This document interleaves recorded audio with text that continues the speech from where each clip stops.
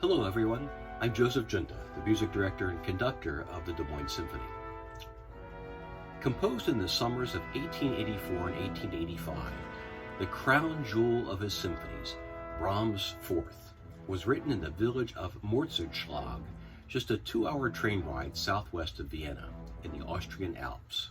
Brahms had found that his creative juices flowed quite freely in the summer resort towns which populated the countrysides of Italy and Austria, Germany and Switzerland.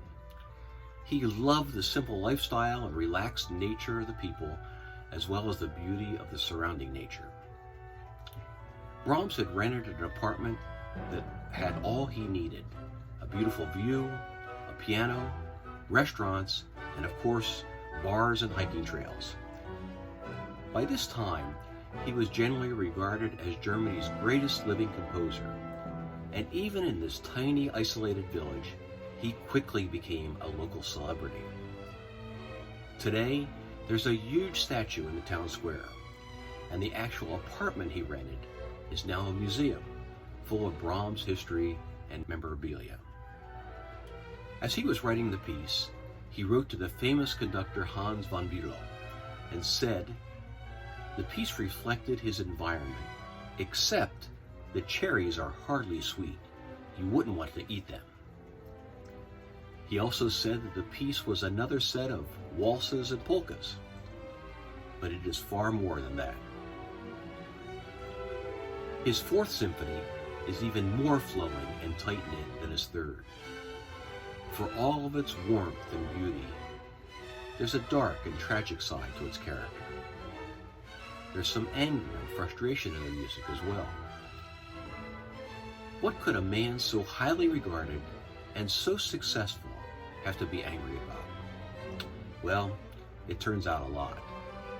He carried with him the bitter disappointment of being slighted in Hamburg as a young man, never being offered the coveted post of the city's local orchestra.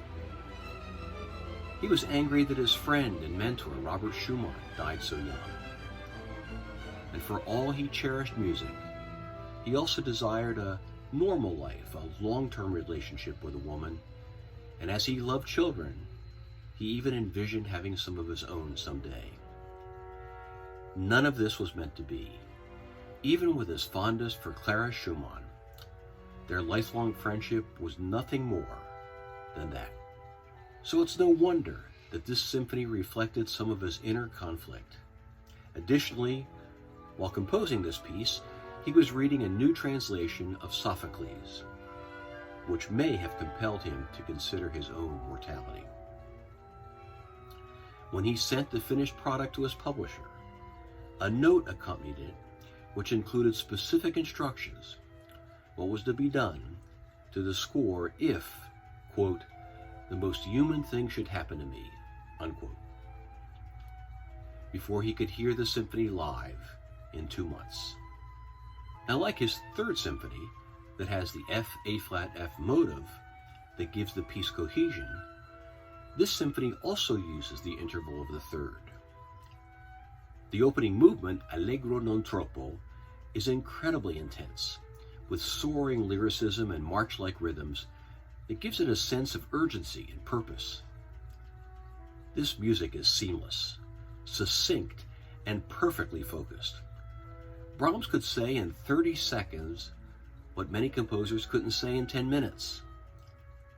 These falling thirds that open the movement are so perfect, creating a sumptuous melody, ebbing and flowing naturally like the sea. The second movement is a nocturne, slow and mysterious. It begins with a fanfare-like horn call in the Phrygian mood, which is a common pattern of notes in Renaissance music. This melody is played throughout the movement in a variety of ways: reflective, forceful, calm, even lush. The third movement is marked Allegro giocoso, fast and playful. He added a piccolo of all things, and triangle, contributing some frivolity and lightness to the palette of sounds. Max Kalbach, Brahms' first biographer, called this movement a public festival with satirical purpose and good humor.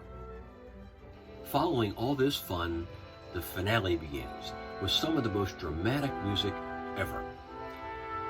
Brahms chose the darkness of the trombones to create just the right mood for this chorale, which was an adaptation of a bass line from one of Bach's cantatas. The piece is also connected to Bach in its form, a chaconne, where a bass line is played over and over while variations are played above it. This is incredibly effective. After some time, the music condenses to a single flute, clinging to its last breath, heartbreaking and somber. And then the heavens open as the opening chorale returns with great force and purpose.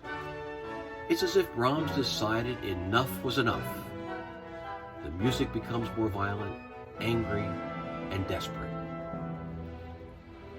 Felix Weinberger, the great conductor, said, and I quote, "I cannot rid myself of the impression of an implacable fate, that a great phenomenon, whether it be an individual or a whole people, is drifting toward destruction. The conclusion of this movement is burning with tragedy and is a true counterpart to the transports of joy at the end of Beethoven's Ninth Symphony." End of quote. How prophetic these words were. That's it for today in the DMSO Listening Room. Go to our website at dmsymphony.org, where you can find listening links to the Brahms Fourth Symphony I spoke about right after this video. You'll also find more content in our #DMSO at Home series, featuring self-produced videos by our musicians from their homes to yours. Next time, I'll talk about what makes a great piece of music great. Thanks for watching.